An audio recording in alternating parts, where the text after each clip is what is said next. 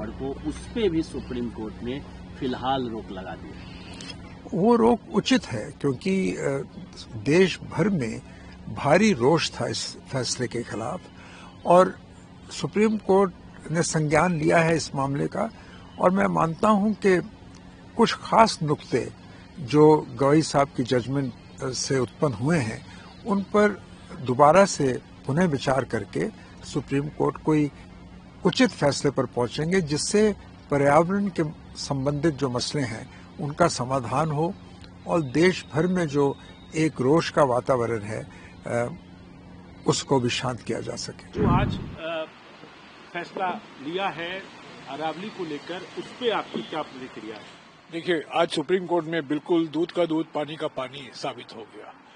कुछ दिनों से पर्यावरण मंत्री भूपेंद्र यादव जी मुझ पर आरोप लगा रहे थे कि कांग्रेस पार्टी और खास तौर से अशोक गहलोत जी और मैं अरावली को लेकर राजनीति कर रहे हैं। आज सुप्रीम कोर्ट ने क्या कहा कि ये जो परिभाषा मोदी सरकार लगी हुई थी अरावली पर्वत और पर्वतमाला की परिभाषा बदलने में, कि ये कहने के लिए कि सिर्फ 100 मीटर की ऊंचाई के ऊपर पर्वतमाला माना जाएगा और जो छोटे छोटे पहाड़े हैं, छोटे छोटे टीला होता है, टेकरियां होती हैं, जो छोटे पहाड़ होते हैं, उसको अरावली की परिभाषा में नहीं शामिल किया जाएगा।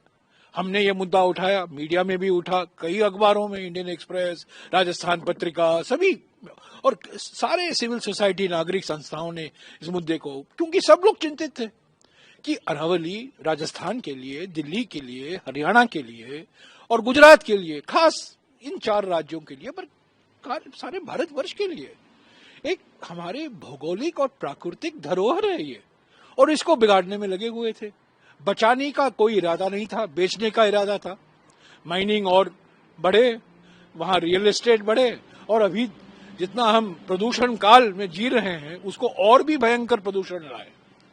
तो हमने ये मुद्दे उठाए। सुप्रीम कोर्ट ने आज क्या कहा है? सुप्रीम कोर्ट ने कहा है कि अब तक परिभाषा हम बदलेंगे नहीं, इस पर और विश्लेषण होगा, अध्ययन होगा, इस पर विचार होगा और हम मानते हैं कि अरावली पर्यावरण के नजरिए से एक बड़ा संवेदनशील मामला है। मैं इसको हार या जीत नहीं देख मानता हूं। मैं सिर्फ ये कहना चाहता हूं कि भूपेंद्र यादव जी को इस्तीफा देना चाहिए, सिर्फ एक ही मांग है, क्योंकि उन्होंने हमारे ऊपर एक गंभीर आरोप लगाया। आज सुप्रीम कोर्ट में साबित हो गया कि वो आरोप गलत था और खुद ये भूपेंद्र यादव जी और राजस्थान सरकार लगे हुए हैं सरिस्का टाइगर रिजर्व की जो सीमा है, क्रिटिकल टाइगर हैबिटेट की सीमा, उसको बदलने में लगे हुए हैं, अरावली को बेचने में लगे हुए हैं। अरावली की जो मांग है, अरावली में इको रिस्टोरेशन की मांग है, बहाली की मांग है, हरियाली वापस लानी है हमें। अरावली में 19 जिले हैं, राजस्थान में 19 जिले, एक जिला नहीं 19 जिले हैं जहां अरावली विशेष महत्व रखता है। अरावली पारितंत्र जीवन के लिए अनिवार्य है, उसको बिगाड़ने में लगे हुए थे ये। और हम भारतीय राष्ट्रीय कांग्रेस, हम सुप्रीम कोर्ट का आदेश का स्वागत करते हैं और हम ये उम्मीद करते हैं कि ये जो खिलवाड़ हो रहा था परिभाषा को लेकर, इसको एक अंतिम रूप, इसको समाप्त किया जाएगा और जो अभी मौजूदा परिभाषा है वो ही रहेगा। मोदी सरकार बेचने के लिए खुद से ही कोर्ट के सामने सरेंडर कर चुकी थी और मोदी सरकार जब से आई है उसका खाली एक लक्ष्य है, देश के संसाधनों को अपने दोस्तों को देना।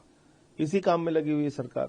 तो इनकी एक मुख्यमंत्री हैं रेखा गुप्ता जी, उन्होंने एक दिन कहा कि हमारा मंत्री गया और कूड़े के पहाड़ पे उसने खड़े होकर कहा कि तेरे को जाना होगा भाई। तो मोदी जी भी किसी दिन रात में 2-3 बजे उठ के चले गए होंगे अरावली पर्वत पे, उन्होंने भी कह दिया होगा तेरे को जाना होगा भाई। फिर जब जनता ने प्रोटेस्ट किया तब उन्होंने कहा तेरे को रुकना होगा भाई। यही सब चल रहा है इस देश में।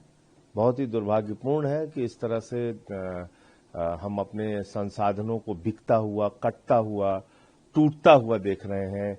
लाखों की संख्या में पेड़ काट दिए जाते हैं, खदानें औने पौने दामों पे दे दी जाती हैं, एयरपोर्ट जो जनता के पैसे से बनाया जाता है उसको सौंप दिया जाता है। तो ये तो एक प्रकार से सब कुछ अपने दोस्त पे लुटाने की कार्रवाई है और आज अरावली के मामले में भी जो सुप्रीम कोर्ट का फैसला है वो स्वागत योग्य है, अच्छा फैसला है।